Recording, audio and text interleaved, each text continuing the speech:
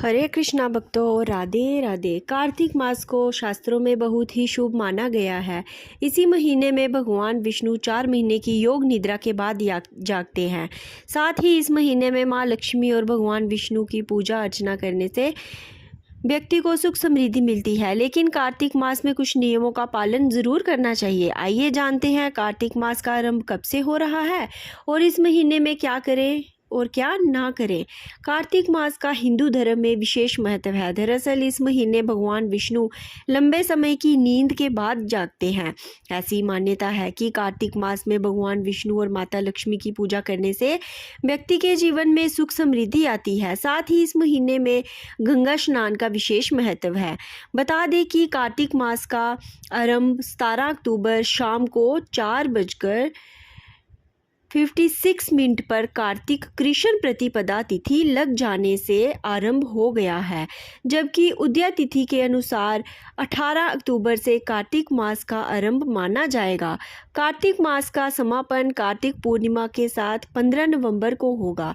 कार्तिक मास के नियम का पालन, साथ ही कार्तिक मास में जप तप और पूजा पाठ करने से व्यक्ति को धन धान्य की प्राप्ति भी होती है। इसके अलावा भगवान विष्णु और माता लक्ष्मी की कृपा भी मिलती है। लेकिन इस महीने में कुछ बातों का विशेष ध्यान रखना चाहिए। आइए जानते हैं कार्तिक मास में क्या करें और क्या ना करें। कार्तिक मास में क्या करें क्या ना करें, कार्तिक मास के नियम ये आप यहाँ हमारे पास सुन सकते हैं। कार्तिक मास में गरीबों को चावल का दान करना चाहिए। ऐसा करने से चंद्र दोष दूर होता है और साथ ही चंद्रमा ग्रह शुभ फल देता है। कार्तिक मास में दीपदान करने का भी विशेष महत्व है। शास्त्रों में बताया गया है कि कार्तिक मास में किसी पवित्र नदी, पोखर, तालाब आदि के पास जाकर घी का दीपदान करना चाहिए। ऐसा करने से व्यक्ति को पुण्य मिलता है। कार्तिक मास में तुलसी पूजन का भी विशेष महत्व है। शास्त्रों के अनुसार इस महीने में रोजाना सुबह शाम तुलसी में घी का दीपक जलाना चाहिए। साथ ही इस महीने में तुलसी का सेवन करना भी शुभ माना जाता है। कार्तिक मास में शरीर पर तेल नहीं लगाना चाहिए। कार्तिक मास में आप सिर्फ नरक चतुर्दशी, कार्तिक कृष्ण चतुर्दशी पर ही आप तेल अपने शरीर पर लगा सकते हैं। बाकी दिन भूलकर भी शरीर पर तेल ना लगाएं। कार्तिक मास में भूमि पर सोना चाहिए। दरअसल भूमि पर सोने से व्यक्ति के मन में सात्विकता आती है। कार्तिक मास में भूलकर भी उड़द, मूंग की दाल, मसूर की दाल, चना दाल, मटर आदि नहीं खाना चाहिए। साथ ही इस महीने भूलकर भी मांस मदिरा का सेवन नहीं करना चाहिए।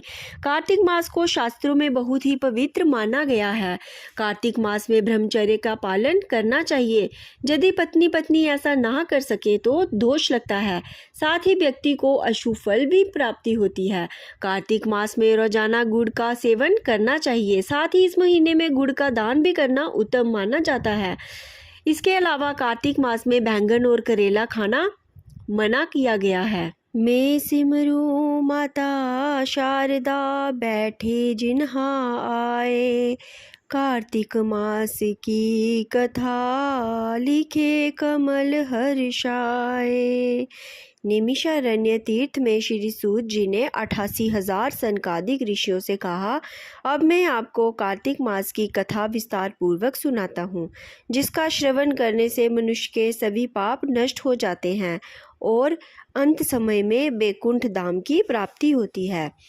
सूत जी ने कहा, श्री कृष्ण जी से अनुमति लेकर देवऋषि नारद के चले जाने के पश्चात सत्यभामा प्रसन्न होकर भगवान कृष्ण से बोली, हे प्रभु, मैं धन्य हुई, मेरा जन्म सफल हुआ। मुझे जैसी त्रिलोकय सुंदरी के जन्मदाता भी धन्य हैं, जो आपकी 16,000 स्त्रियों के बीच में आपकी परम प्यारी पत्नी बनी।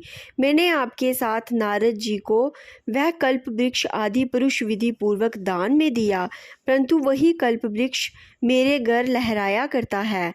ये बात मृत्यु लोक में किसी स्त्री को ज्ञात नहीं है। हे त्रिलोकीनाथ, मैं आपसे कुछ पूछने की इच्छुक हूँ।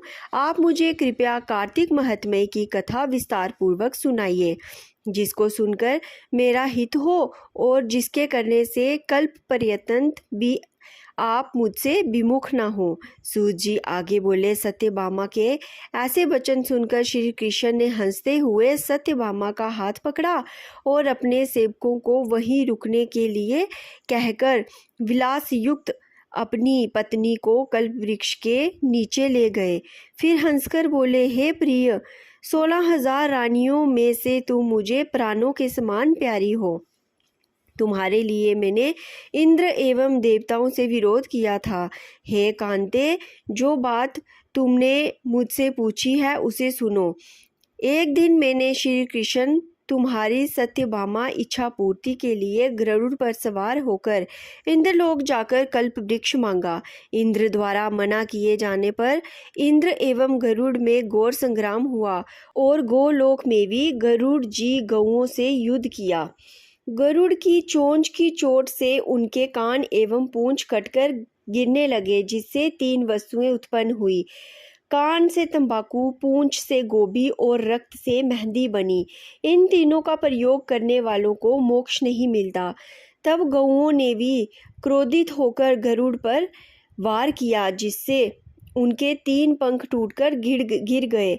इनके पहले पंख से नीलकंठ, दूसरे से मोर और तीसरे से चकवा चकवी उत्पन्न हुए। हे प्रिय, इन तीनों का दर्शन करने मात्र से ही शुभ फल प्राप्त हो जाता है। ये सुनकर सत्यभामा ने कहा, हे प्रभु, कृपया मुझे मेरे पूर्व जन्म के विषयों में बताइए कि मैंने पूर्व जन्म में कौन कौन से दान, व्रत व जप नहीं किए हैं। मेरा स्वभाव कैसा था, मेरे जन्मदाता कौन थे और मुझे मृत्यु लोक में जन्म क्यों लेना पड़ा। मैंने ऐसा कौन सा पुण्य कर्म किया था जिससे मैं आपकी अर्धांगिनी हुई। श्री कृष्ण ने कहा, हे प्रिय, अब मैं तुम्हारे द्वारा पूर्व जन्म में किए गए पुण्य कर्मों का विस्तार पूर्वक कहता हूँ, उसे सुनो। पूर्व जन्म में सतयुग के अंत में मायापुरी में अत्रि गोत्र में वेद वेदांत का ज्ञाता देव शर्मा नामक एक ब्रह्मा निवास करता था। वह प्रतिदिन अतिथियों की सेवा, हवन और सूर्य भगवान का पूजन किया करता था। वह सूर्य के समान तेजस्वी था। वृद्धावस्था में उसे गुणवती नामक कन्या की प्राप्ति हुई। उस पुत्रहीन ब्राह्मण ने अपनी कन्या का विवाह अपने ही चंद्र नामक शिष्य के साथ कर दिया। वह चंद्र को अपने पुत्र के समान मानता था और चंद्र भी उसे अपनी पिता की भांति सम्मान देता था। एक दिन वे दोनों कुश व समधी लेने के लिए जंगल में गए। जब वे हिमालय की तलहटी में भ्रमण कर रहे थे, तब उन्हें एक राक्षस आता हुआ दिखाई दिया। उस राक्षस को देखकर भय के कारण उनके अंग शिथिल हो गए और वे वहां से भागने में भी असमर्थ हो गए। तब उस काल के समान राक्षस ने उन दोनों को मार डाला।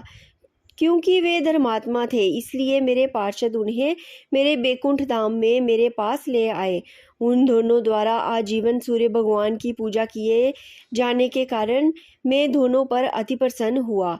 गणेश जी, शिव जी, सूर्य व देवी, इन तीनों सबकी पूजा करने वाले मनुष्य को स्वर्ग की प्राप्ति होती है।